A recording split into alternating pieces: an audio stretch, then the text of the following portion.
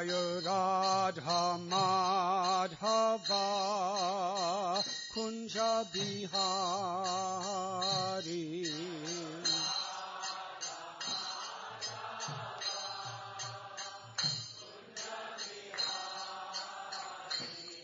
Jaya Radha Madhava Kunja Bihari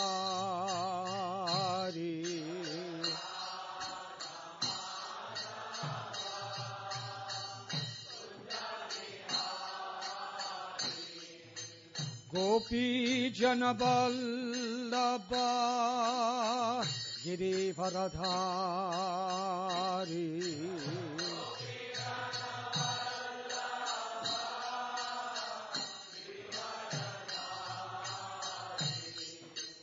Gopi Janaballabha Girivardhari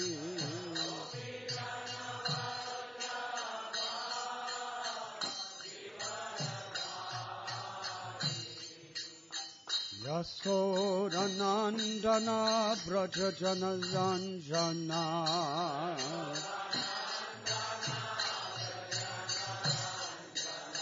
Yasodanandana Braja Janaranjana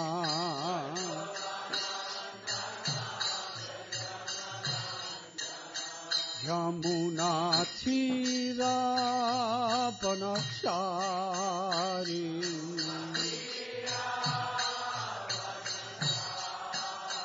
Yamuna Tira Banachari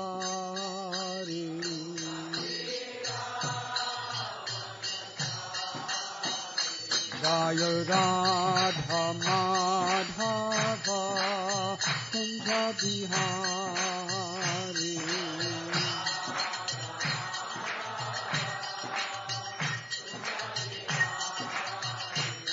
Jaya Radha Madhava Kunja Bihari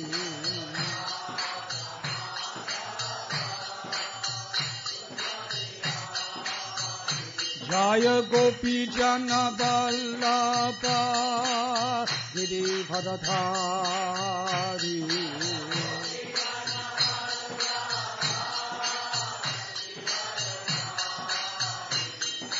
Gopi Janaballabha Girivardhari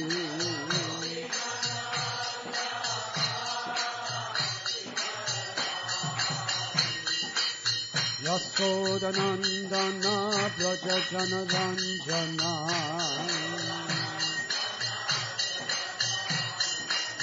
Yasodanandana Braja Janaranjana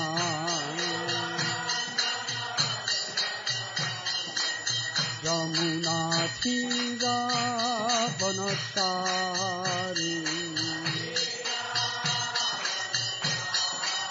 Yamuna Tira Banachari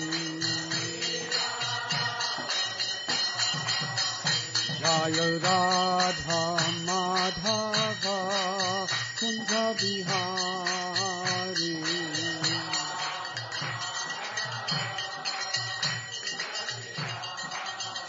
Jaya Radha Madhava Kunja Bihari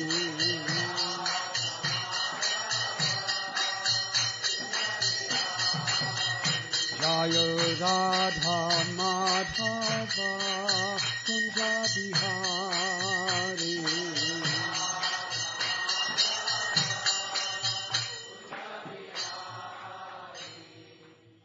Jai Om Vishnupad Paramhamsa Parivrajakaacharya Astotra Sri Srimad A.C. Bhaktivedanta Swami Prabhupada Ki Jai Jai Om Vishnupad Paramhamsa Parivrajakaacharya Astotra Sri Srimad Srila Bhakti Siddhanta Saraswati Thakur Prabhupada Ki Jai Ananti Koti Vaishnav Brinda Ki Jai Namacharya Srila Haridas Thakur Ki Jai प्रेम से कहो श्री कृष्ण चैतन्य प्रभु नित्यानंद श्री अद्वैत गदाधर शिवासरि गौर भक्तवृंद की जय।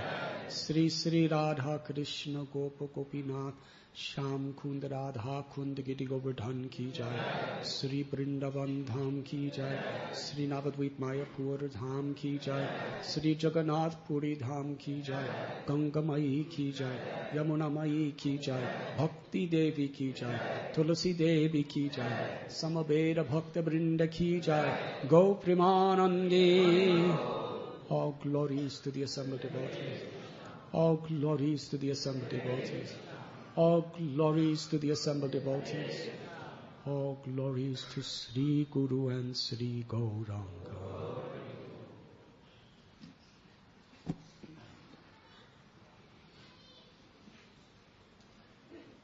Om Namo Bhagavate Vasudevaya.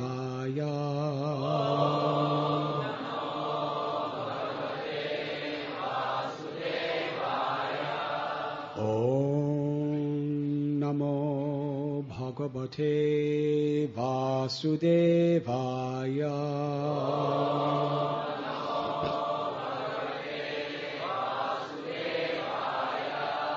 Om Namo Bhagavate Vasudevaya.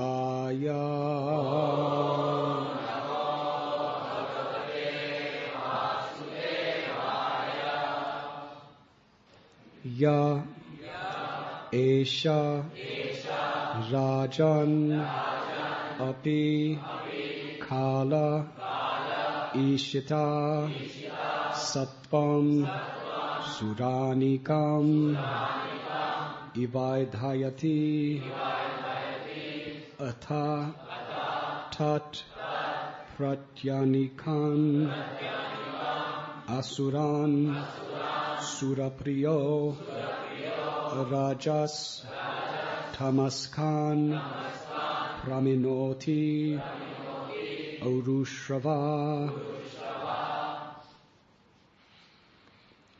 Ya Esha Rajan Apikala Ishita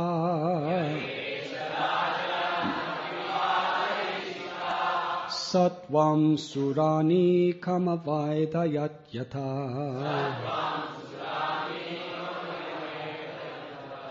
Tat Pratyanikan Asuran Surapriyo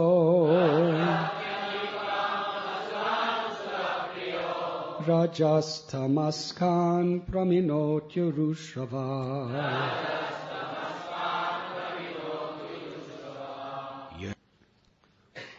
O King, this time factor enhances the sattva guna.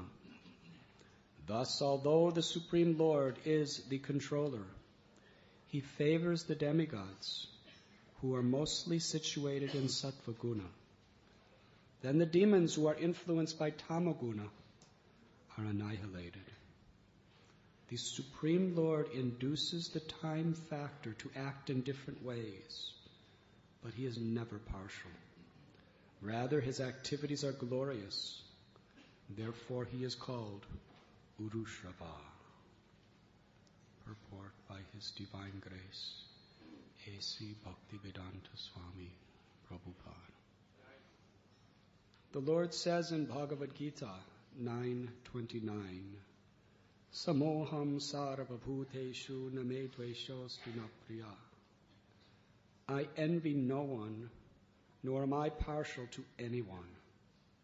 I am equal to all. The Supreme Personality of Godhead cannot be partial. He is always equal to everyone. Therefore, when the demigods are favored and the demons killed, this is not partiality, but the influence of the time factor. A good example in this regard is that an electrician connects both a heater and a cooler to the same electrical energy. The cause of the heating and cooling is the electrician's manipulation of the electrical energy according to his desire. But factually, the electrician has nothing to do with causing heat or cold. nor with the enjoyment or suffering that results. There have been many historical incidents in which the Lord killed a demon, but the demon attained a higher position by the mercy of the Lord. Putana is an example. Putana's purpose was to kill Krishna. Aho bakiyam stanakala kutam. She approached the house of Nanda Maharaj with the purpose of killing Krishna by smearing poison on her breast. Yet when she was killed, she attained the highest position, achieving the status of Krishna's mother. Krishna is so kind and impartial that because he sucked Putana's breast, he immediately accepted her as his mother. This superfluous activity of killing Putana did not diminish the Lord's impartiality. He is Suhridam Sarvabhutanam, the friend of everyone. Therefore, partiality cannot apply to the character of the Supreme Personality of Godhead, who always maintains his position as the Supreme Controller. The Lord killed Putana as an enemy, but because of his being the Supreme Controller, she attained an exalted position as his mother. Srila Madhava Muni therefore remarks, Kale kala vishaye pishita dehadi karanatravat suranikam ishastitam sattvam. Ordinarily, a murderer is hanged, and in the Manu Samhita, it is said that a king bestows mercy upon a murderer by killing him, thus saving him from various kinds of suffering. Because of his sinful activities, such a murderer is killed by the mercy of the king. Krishna, the supreme judge, deals with matters in a similar way because he is the supreme controller. The conclusion, therefore, is that the Lord is always impartial and always very kind to all living entities. Om Agyantimidandasya Gyananjanachalakaya Chakshuru Militam Jena Tasmai Sri Gurave Namaha. Sri Chaitanya Manobhishtam Sthapitam Yena Bhutale Swayam Rupa Kadamayam Dadati Svapadantikam Vandeham Sri Guru Sri Jutha Padakamalam Sri Gurun Vaishnavamscha Sri Rupam Sagrajataham Sahagana Raghunathanvitam Tam Sajivam Sadvaitam Sapadutam Parijana Sahitam Krishna Chaitanya Devam Sri Radha Krishna Padam Sahagana Lalita Sri Vishakanvitamscha He Krishna Karuna Sindhu Dina Bandhu Jagatpate Gopesha Gopika Kanta Radha Kanta Namostate Tapta Kanchana Gaurangi Radhe Vrindavaneshwari Vrishabhanu Sate Devi Pranamami Hari Priye Vancha Kalpatarubhyascha Kripa Sindhubhya Evacha Patithanam Bhavanibhyo Vaishnavebhyo Namo Namaha. Sri Krishna Chaitanya Prabhu Nityananda Sri Advaita Gadadhar Shivasati Gaura Bhakta Vrinda. Hare Krishna, Krishna Krishna, Hare Hare, Hare Rama, Rama Rama, Hare Hare. O King, this time factor enhances the Sattva Guna. Thus, although the Supreme Lord is the controller, he favors the demigods, who are mostly situated in Sattva Guna. Then the demons who are influenced by tamaguna are annihilated.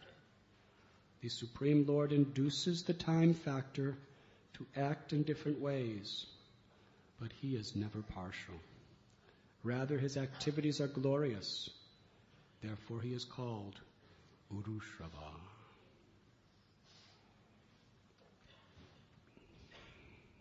We are reading today from Srimad Bhagavatam, Canto 7, Chapter 1, entitled, The Supreme Lord is Equal to Everyone.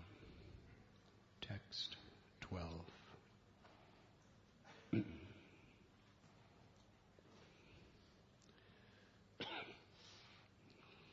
Parikshit Maharaj, who was hearing the narration of Sukadeva Goswami in rapt attention, deeply wants to understand everything that is being spoken to his capacity. Even subtle points that Sukadeva Goswami may speak, Parikshit Maharaj wants a comprehensive understanding. Because the deeper we know the qualities of the Lord, the pastimes of the Lord, and how the Lord controls both the material and spiritual worlds, the more our love for God awakens. Because when hearing from someone who loves Krishna, their love is manifesting in sound vibration. In the parampara, when we repeat these words, the love, the surrender, the devotion of all the previous acharyas are coming out from the mouth of that person who speaks. And according to our receptivity, according to our absorption, we are transformed by that sound vibration. Parikshit Maharaj had only 7 days to live. He was absorbed. He deeply wanted to understand these details, especially the details on fundamental principles. And this is a very fundamental principle. That God is said to be equal to everyone. Samoham sarvabhuteshu namedveshosti napriya. In the Gita he says, I envy no one. I'm equal to all. If this is the case, then why he also tells, Paritranaya sadhunam vinashaya chaduskritam dharma samstapanardaya sambhavami juge juge. He protects the devotees and he annihilates the miscreants. Is that equality? Is that impartiality? Sukadeva Goswami declares, yes, it is perfect impartiality. Krishna is the cause of all causes. But every living entity, being a part of Krishna, has swarat, has free will. And how we utilize our free will is what will determine how material nature acts upon us through the laws of karma. And Krishna is the creator and controller of the laws of karma. Therefore, Krishna is sarva karana karanam. He is the cause of all causes. One may ask, if I commit a violent, sinful activity, if Krishna is the cause of all causes, then why am I responsible? Krishna is the cause. Krishna is the essential cause of everything. But we, as living entities with free will, are the secondary cause.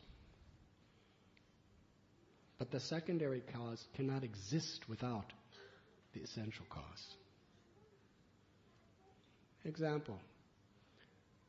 Krishna gives us ears. And he also gives us the power to hear. And he also gives us the object to hear. It's all his creation. So the cause of all hearing is Krishna.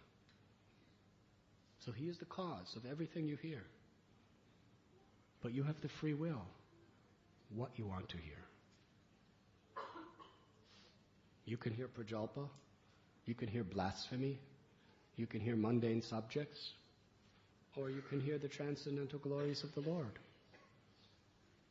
Krishna facilitates everything. Therefore, he's the cause. But we have the choice. Krishna has created our eyes. He's created the power to see. And he has created all the objects of sight. So he's the cause of your seeing. You cannot claim credit for being able to see. You have to give the credit to Krishna. But we have the choice. We could look at sensual objects that agitate the mind, or we could see the beautiful form of the Lord and use our eyes for the higher purpose of devotional service.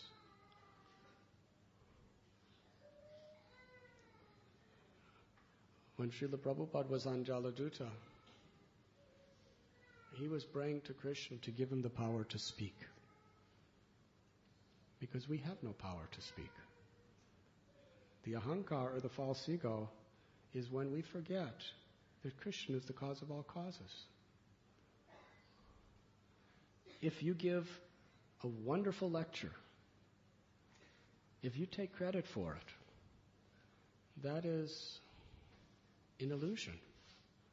And it's karmically bonding also. Because Krishna has given us the mouth to speak. He's given us sound vibration to vibrate.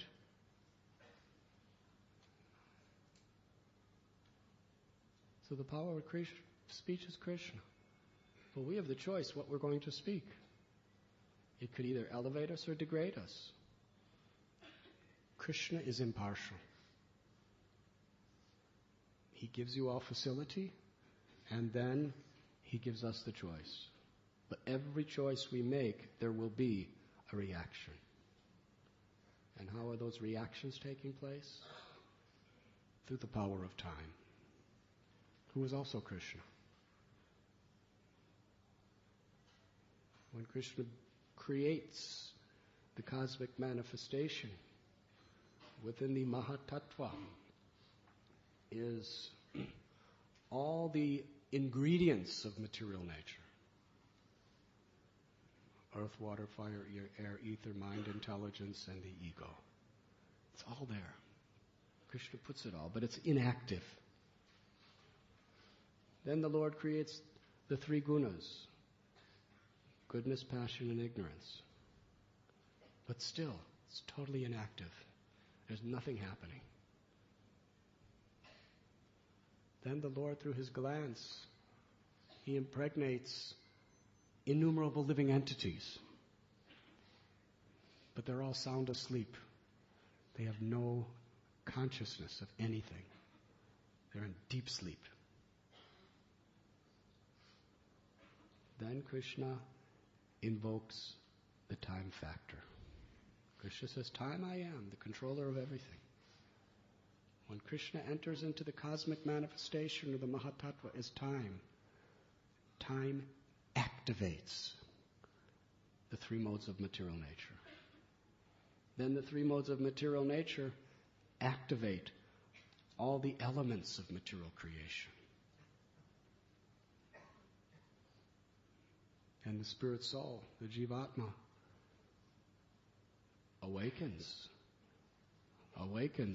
according to his or her own particular karma, is affected by those three modes of material nature. And takes on particular types of bodies consisting of the 8 elements, and has a particular frame of mind according to our previous actions, even in previous cosmic manifestations. The time of the annihilation of cosmic manifestation, Lord Vishnu goes into his yoga nidra and he inhales, and all living entities just go to sleep with him. Hare Krishna. Just all our karmas, all our desires, everything from our previous lives is there, but it's totally dormant. And then when he glances, he impregnates all the living entities who are karmically meant to be in universal creation. And then through time, activates everything.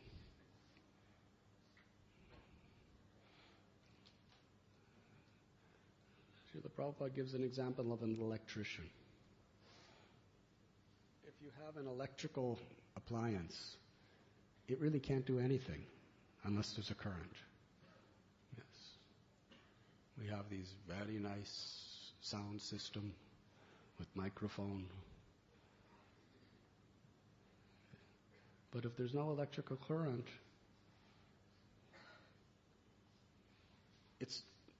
there's no function. No sound can possibly come out of any of those speakers. Not a whisper without an electrical current. But as soon as there's electrical current, it activates the microphone, then it activates the amplifier, it sends the current and the particular signals to the speakers, and then that sound comes out and it comes into our ears, and then it activates our mind to think so many things. And according to how we're listening, it will activate what we do, what we say, everything.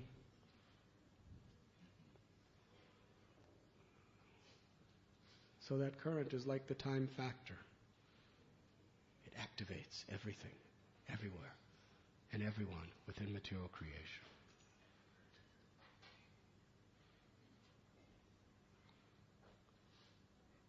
And how we are affected by time is determined by our free will, the choices we make.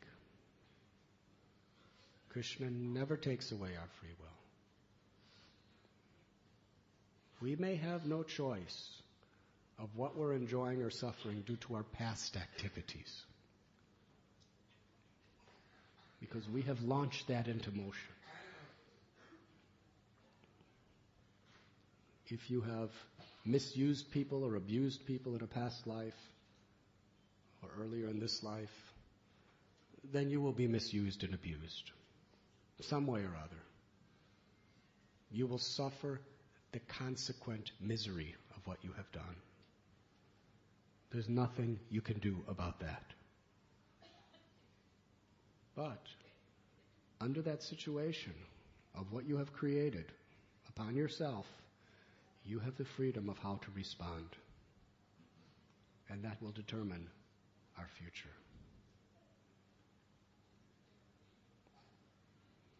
Therefore, Lord Chaitanya Mahaprabhu teaches, Taror ibasahishnuna, to be tolerant like a tree. Tatenu kampam susamikshamano bunjana evatma kritam vipagam. Ridvadva purvir pitadam namaste jivete yamuktapade sadayabak.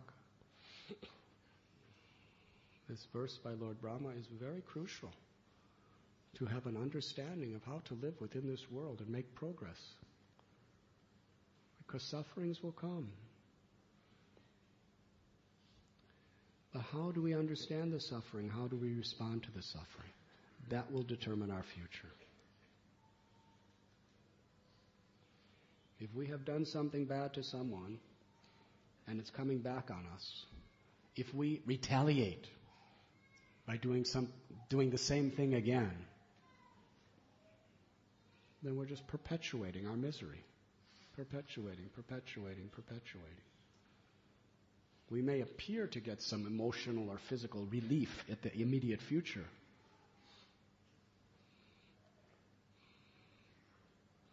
But a civilized person follows the principle of Shreyas, not Prayas. The animals, they are thinking of the immediate, what's happening and what's in it for me. But a civilized human being understands that he or she is responsible for our every action and our every word. And there will be a reaction.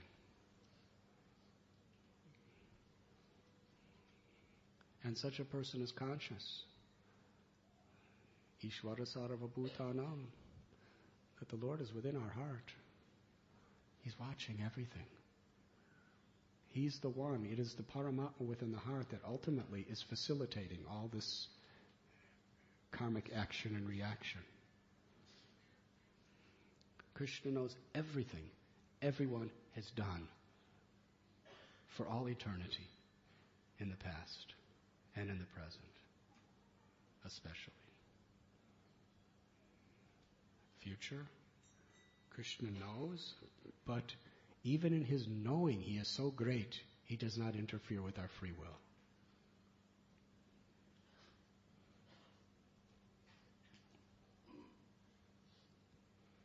So therefore, when difficulties come upon us, Lord Brahma prays, a devotee understands it's due to my past karma. There's nothing I can do about what's happening to me, but everything I can do about what my future will be, by how I respond. If we tolerate it with folded palms, praying, Krishna, I'm yours, I'm grateful for whatever's happening because it's an opportunity for me to give my heart in surrender to you. One who is willing to do that. It's not a question of who's able to do it. It's a question of who's willing to do it. Because if we have the will, Krishna helps us. He tells that he will carry what we lack and he will preserve whatever we have. When Srila Prabhupada was praying on Jaladuta, please give me the words to speak. Your words will purify their hearts. And your giving me the power to speak will make your words penetrate their hearts and transform them so that they can be really happy. This is profound. This is such deep philosophy in this little prayer.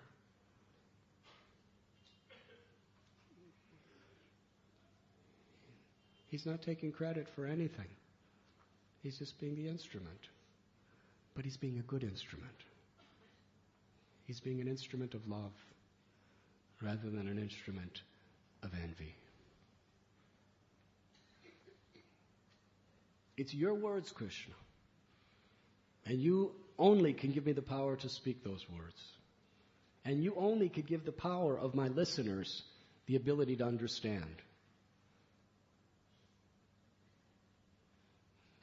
That's when Srila Prabhupada was praised, he never took credit. He said, my only qualification is I'm just repeating the words of my Guru Maharaj. As soon as you take credit for anything that you can do, you're an illusion.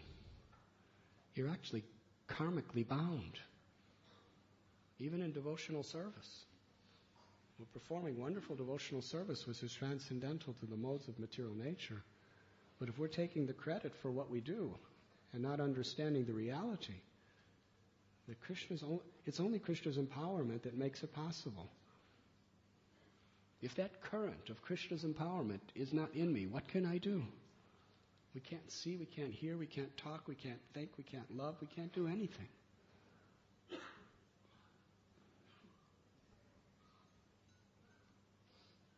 So those living entities in a human form of life who are in ignorance of the reality that Krishna is the cause of all causes, they take credit. Usually we want to take credit for the good things and we want to give blame to the bad things. Yes? And even we find sometimes devotees fall into this trap. It actually has nothing to do whatsoever with Krishna consciousness. If we've been mistreated, if we're suffering, whether it's by adhyatmika, adidaivaka, or adibhotika, sufferings caused by my own body and mind, by other living beings, even devotees, or sufferings due to natural circumstances, if we blame someone for that, we're just perpetuating our own miseries. Although it feels good, because the ahankar, the false ego, wants to take credit for the great things, but wants to give blame to others for those things where I'm suffering, or things are not right, my failures.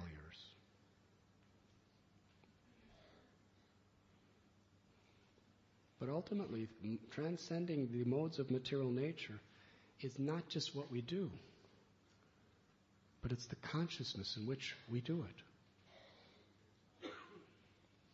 Srila Prabhupada writes, Krishna accepts the purpose in which everything is offered, not the thing, not just the action, but the purpose in which it is done.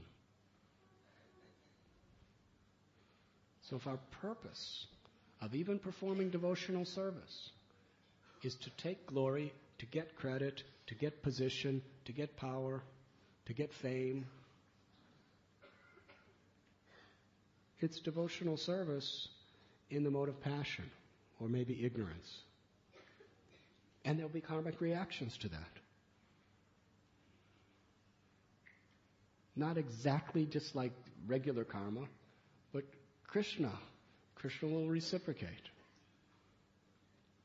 Because our consciousness is not right. So instead of blaming others and losing the chance to find Krishna in that difficult situation, we should gratefully take shelter. We have seen several devotees dying. Very, very difficult. Dying of cancer is generally extremely painful for a long time. Sometimes months, sometimes even years. Yesterday I was at Radha Ras Bihari temple, and one devotee was telling me that this lady who was coming to the temple for many long years, she was fighting against cancer and suffering miserably for 17 years. Hare Krishna. And she came one morning and offered a garland to Srimati Radharani, and later that day she passed away. And then, as an instrument of Sri Radharani, that devotee brought the same garland that Radharani wore and put it on her body. So very difficult. 17 years. Other people 6 months, 1 year. Very painful. And the easy thing to do is blame God. What have I done to deserve this? But this lady, she's offering gifts to Radha and Krishna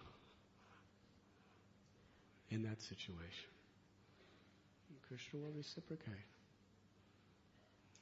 Here in Radha Gopinath Temple, we have seen with little Stoka Krishna Prabhu, he was not bitter about his pain. He just accepted it all with a grateful heart. I deserve worse. But all the opportunities I was given in my life of 33, 34 years, I had so many opportunities to chant the holy names of the Lord, so many opportunities to associate and serve the Vaishnavas. I got to read so many pages of Srila Prabhupada's books and hear so many classes. I was allowed to do so much service. How glorious. What a wonderful life. Doesn't matter that I have to suffer and die. What matters is all the opportunities I had to be with Krishna, to purify my life. He was grateful. And although physically suffering and emotionally in great stress, he was smiling. It was great. He was grateful and just willing to accept suffering and death if that's what will help him. And there are so many more examples, exactly the same, of devotees who go through such difficulties. It's difficult.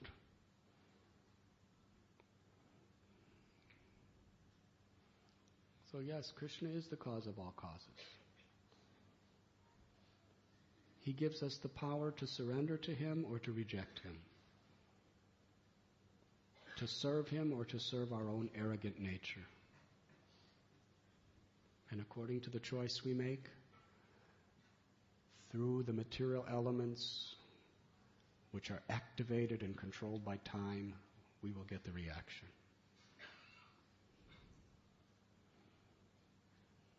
But Krishna is everyone's well-wisher. Ultimately, Krishna does what's best for everyone. Physical pain to the body and mind may seem unbearable. Why? But Krishna doesn't see simply from the perspective of this insignificant little span of life that you're in this body. He's seeing you as an eternal soul with no beginning and no end. What is a few years? We create our suffering. We create our destiny. We cannot blame God. But God creates the whole process of destiny and gives us all the facilities and the free will by which we can create our own destiny.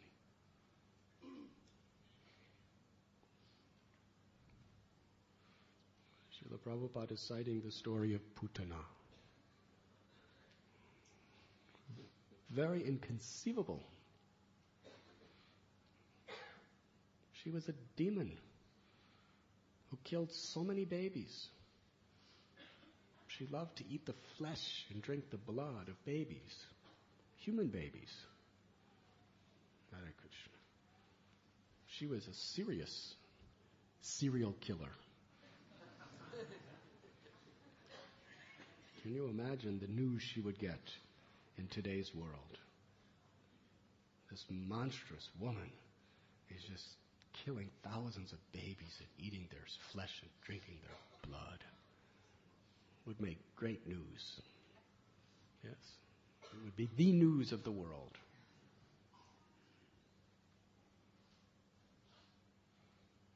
And the culmination is she wanted to kill Krishna. Brahma Vaivarta Purana explains how in previous life, Putana was the younger sister of Bali Maharaj.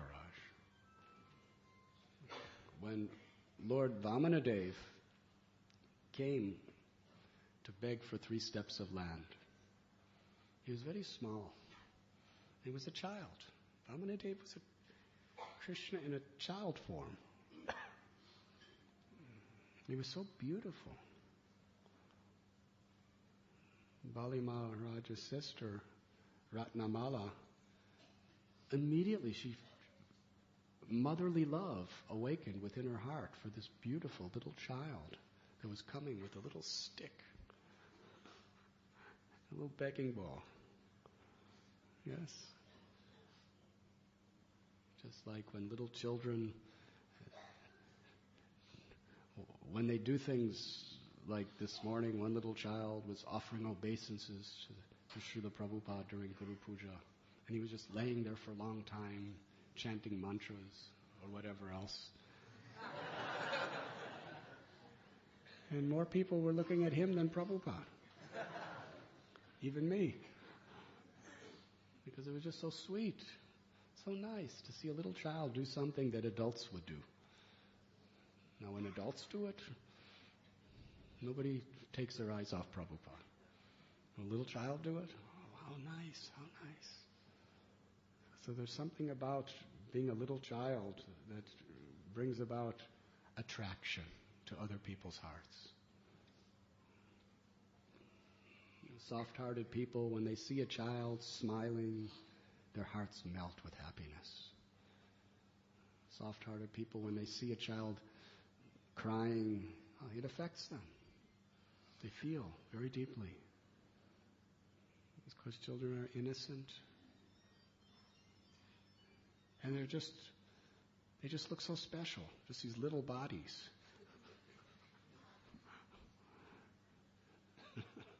Doing all nice things. Playing and screaming. So Ratnamala saw little Vamanadev. He comes, and as soon as she saw him, motherly love awakened within her heart. But then, Bali Maharaj offers Vamanadev 3 steps of land on his request. And then when Vamanadev grew, he no longer looked like a little child. He was gigantic. He grew into the sky. And with one step, he covered half the universe. With the other step, he covered the other half of the universe. He was no longer that cute little child. He was an immense, powerful form of God. And he took everything away from Bali Maharaj, everything. And then he imprisoned him. Tied him up with ropes. Brought him to court. Said, you are a thief, you are a liar. You promised me 3 steps, 2, where's the other? You have to keep your word. At that point, seeing her brother being plundered of everything and made into a prisoner, she felt animosity toward Vamanadev. So what is the reaction? In her next life, she both had motherly love and animosity. And Krishna is so expert in just putting everything together so nicely to form Putana. Putana is a powerful demoness, who wants to kill Krishna. She has a passion to kill Krishna. But somewhere dormant down there was motherly love. When she first saw Krishna, some motherly love awakened within her. It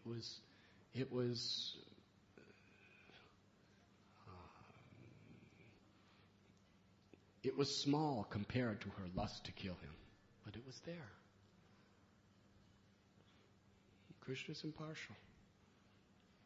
You have motherly love, and you desire to kill me.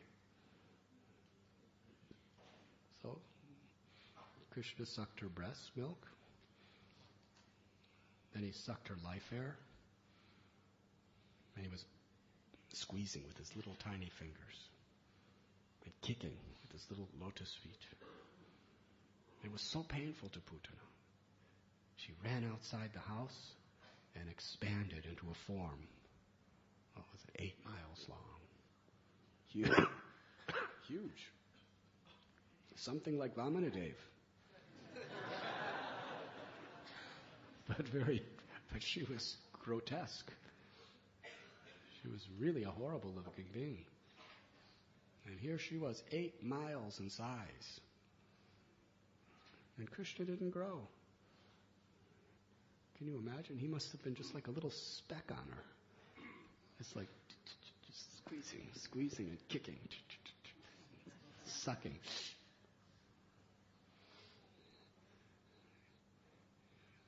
And she was screaming in pain. Because whether Krishna is bigger than the biggest or smaller than the smallest, all of his potencies, all of his powers are always there.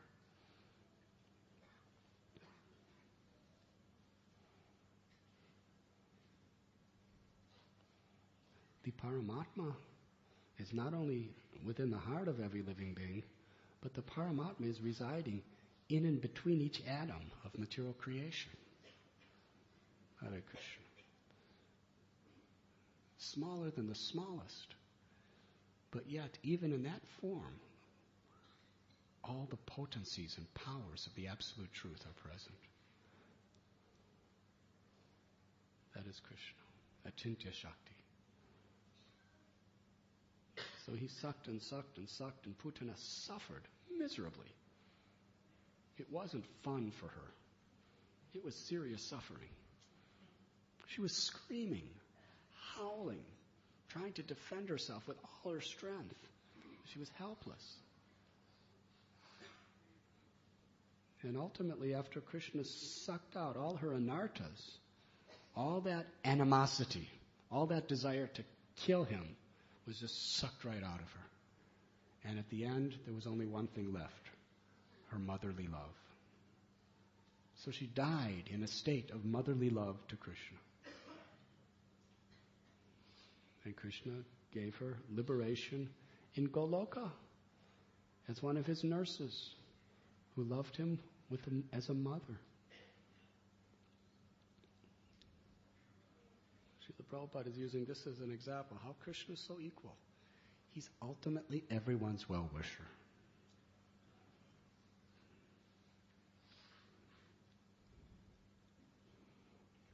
But we have to be able to see within the realm of justice, we may be trying to manipulate situations so that we don't have to get such penalties for what we have done. Maybe it's unfair. That's another thing. On the level of justice and management, administration, these subjects are there that we have to consider. But that's not going to help our spiritual lives. That's just going to try to help the social situation to some extent. The real thing a devotee feels is whatever's coming is ultimately for my good, however it comes. We may not understand how it's fair or unfair. Because what do we know about our karma? What do we know about our past? What do we know about Krishna's inconceivable mercy? Tateno kampam susamikshimano. With folded palms, Krishna, I'm grateful. Let me surrender to you. And in surrendering to Krishna in that situation, even Jagai and Madhai, it's irrelevant all the sins that they committed after they surrendered to Krishna wholeheartedly. Dina hina yata chilo harinamu dharilo tara sakshi Jagai Madhai. And how do we surrender to Krishna? By taking shelter of the Vaishnavas. Because Vaishnavas, Krishna is manifesting through their words. Krishna is present very much in their hearts. And how we reciprocate with his devotees are how we reciprocate with God. Through the beautiful form of the deity. Our prayers, our seva. Through carrying out the instructions of the great souls in our lives, by hearing about Krishna. But the most powerful, expedient, and all-inclusive method of taking shelter of Krishna is to attentively absorb ourselves in chanting his holy names. Hare Krishna.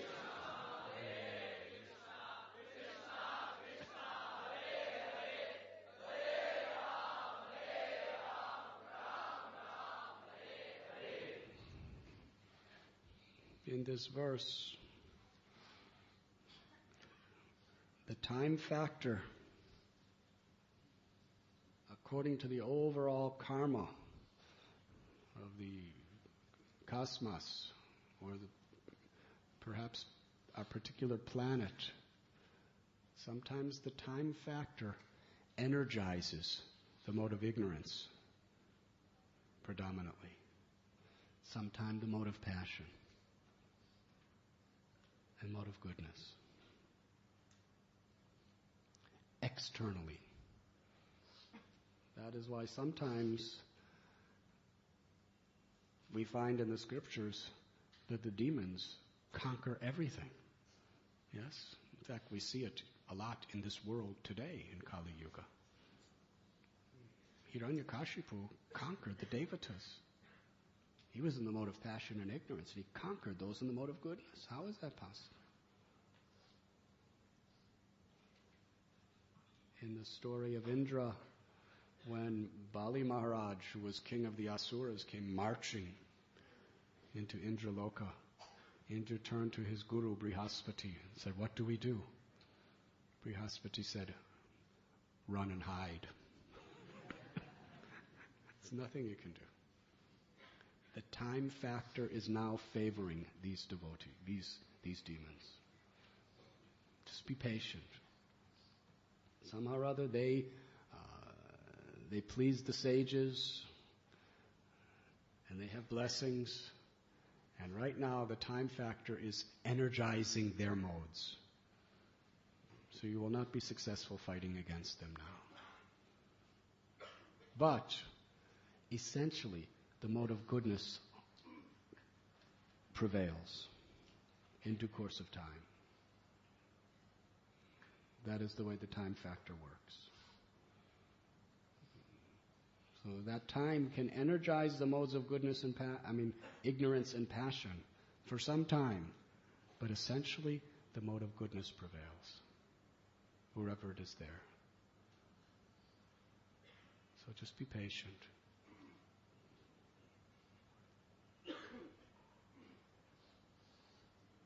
And actually, from what we see in the Shastras, Indra and his colleagues were more Krishna conscious when they were hiding.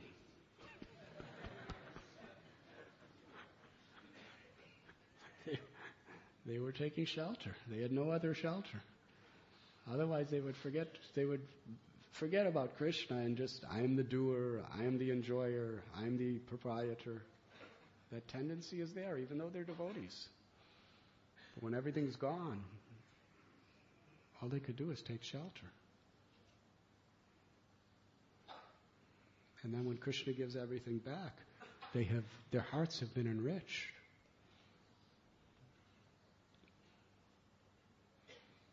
Just like when Bali Maharaj lost everything. Now, if you had tremendous power, tremendous wealth, tremendous prestige, and all of a sudden, instantly, you lose everything, every bit of your wealth, all of your prestige, your position, and you're just a tied-up, helpless prisoner. Would your grandparents be happy to see you in that state? They would probably be crying in agony. Oh, what has happened to my child? Well, that was not the case with Bali Maharaj.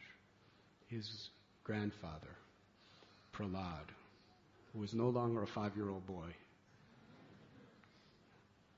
Prahlad appeared.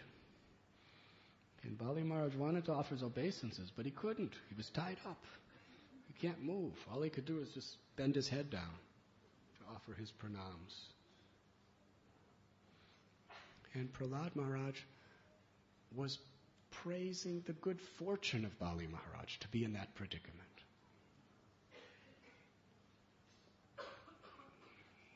He was happier with him in this predicament than he was when he was the king of the universe. Because Bali Maharaj was in a situation where he was really receptive to the Lord's complete mercy. All these other distractions were eliminated. So devotee is saragrahi. He's looking for the essence in every situation. Is there any questions or comments? Yes, Gaur Hari Prabhu.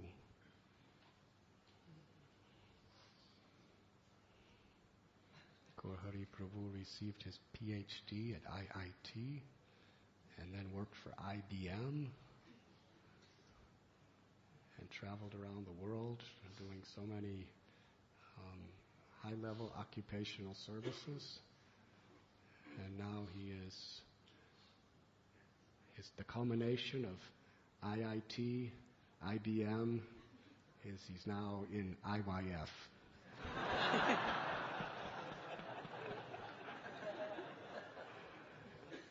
ISKCON Youth Foundation at IIT. Haribo. Thank you so much for a wonderful class, Maharaj. Maharaj, you mentioned that sometimes if we are doing some service, devotees or everyone might appreciate your service.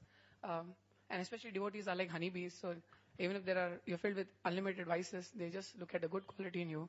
So very often in conversations, devotees might appreciate your good qualities from their heart, but it's always a predicament, because even if we intellectually, while hearing, we offer all the credit to a guru and Vaishnavas, but still there's so much, the false ego is so strong, there is a subtle force by which we start thinking, I am the doer, if we hear this repeatedly. So is it safer to just avoid hearing altogether and run away, or is it better to hear and try our best to offer all the credit to Krishna and Guru? Where will you run to?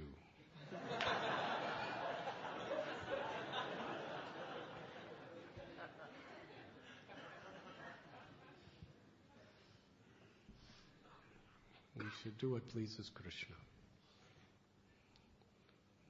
If we do something good for Krishna and good for others, we may get praised. So is it better to be cruel to others so that we won't be praised? Not at all. And if we run from the battlefield so nobody says anything about us, is that favorable for devotional service?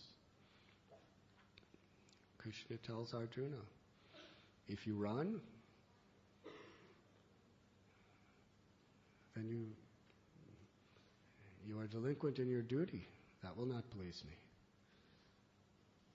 If you take the credit for winning or even losing, same thing. You'll be bound by karma. So if we have proper sadhana and we cultivate proper attitude by hearing and chanting and association, then with our intelligence we'll understand what's happening when false pride begins to overcome us. There's nothing negative about feeling good when you're appreciated. Devotees need that. But we should understand how.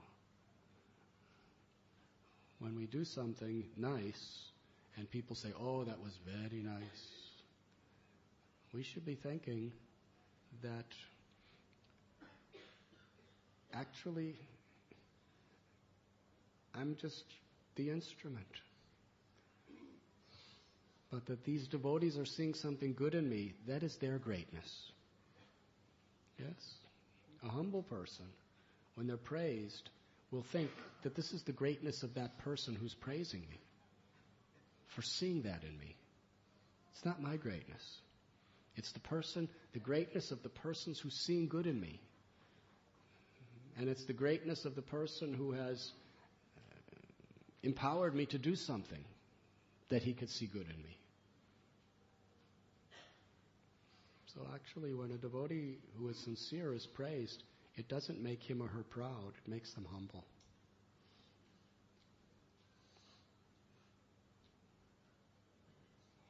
Does that answer your question? Yes, thank you very much. But you are super wonderful, Vaishnava.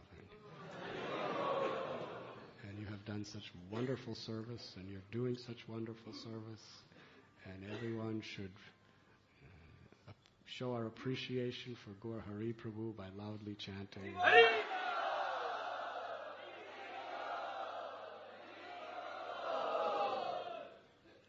After so many years abroad, the whole time just doing it to ultimately serve an instruction, to come back and be a professor at IIT, to help others to take to Krishna consciousness. That was his motive.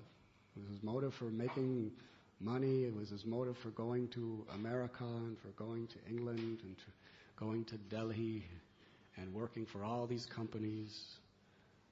The goal was simply to prepare himself in such a way that he could really give Krishna to others according to the will of the Vaishnavas.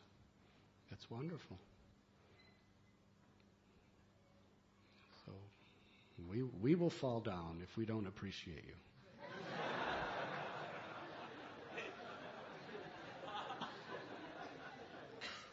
And you will fall down if you accept the appreciation for yourself. So this is the dilemma. Yes, Srinathji Prabhu.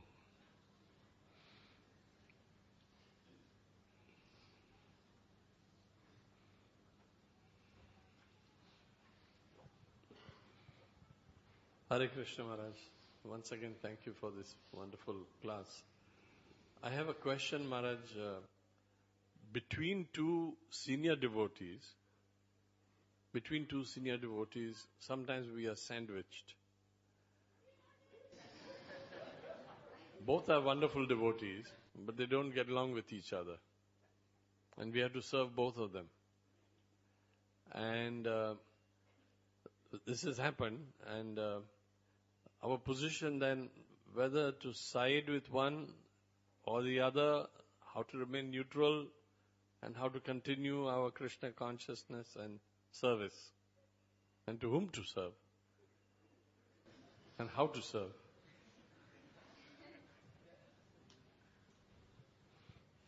Would you like to share some details?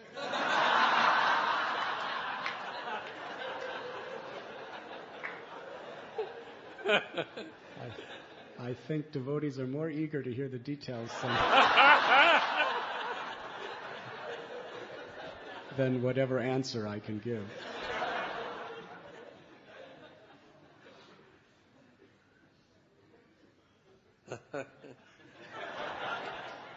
Okay, that's a good answer. Thanks. So, Maharaj, I will speak to you personally on this.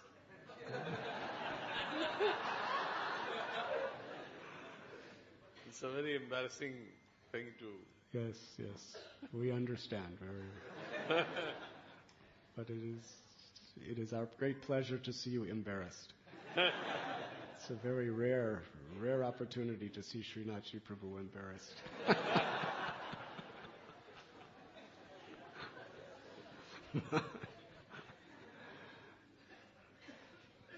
But in principle,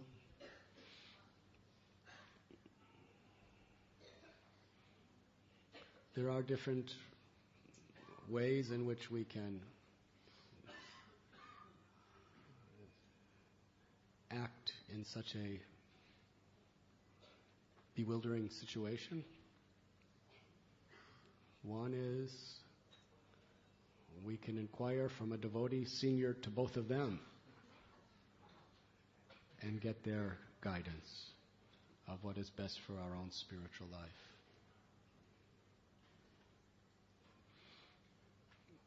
And the other is, if we're more inspired and we have more confidence that we're serving Krishna in a greater way by assisting one senior devotee, then we can follow our heart in that way, but we should be respectful to the other. It's very dangerous to take sides. We can follow one and serve one very faithfully because we feel that that's really our duty and that's what's most favorable for Krishna consciousness. But at the same time, we should offer all respects to all senior devotees. Chaitanya Charitamrita describes even when senior devotees are having fights, we should not side with one against the other, or we can fall down for offense.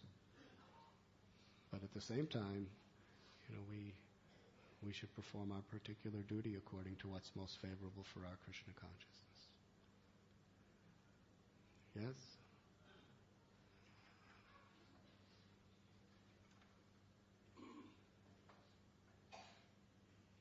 Microphone, please, to Srinathji Prabhu.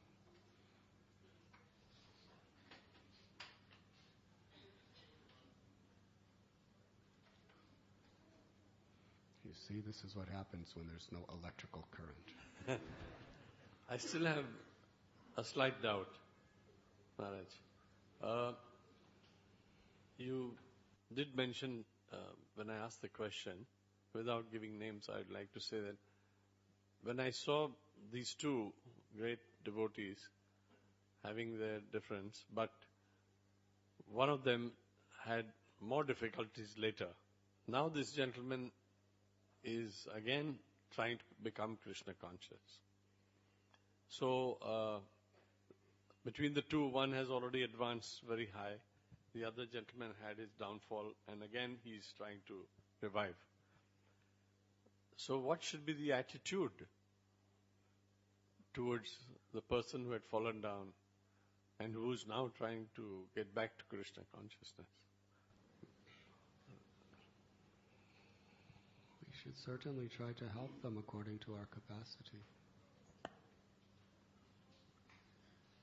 We should certainly try to help them according to our capacity, according to time, place, and circumstance. In helping them, we should not seriously compromise our own devotional service. Otherwise, we really can't help them. And in helping them, we should not take sides against very serious devotees who are in good standing. But by offering all respect to that devotee who is doing well, it is certainly an act of Vaishnava compassion to try to reach out and help those who have had difficulties. And their difficulties may have been due to offenses. But if they're actually really trying, it's not our business, the reaction to their offenses. That is Krishna's business. Whatever the cause of a devotee falling, if they've actually learned their lessons and they're trying to come back, then certainly individually and collectively we should all be trying to bring them back. Because that's what would please Srila Prabhupada. Anybody who has ever done any service to Srila Prabhupada is very dear to him. And we will be very dear to Srila Prabhupada if we could bring back such a soul.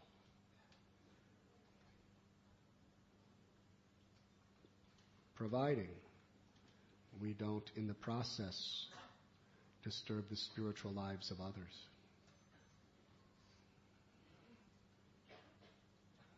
But we can speak in a private meeting sometime later. Thank you very much. We should end here. Srila Prabhupada ki jai. Go Premanandi. Thank you very much.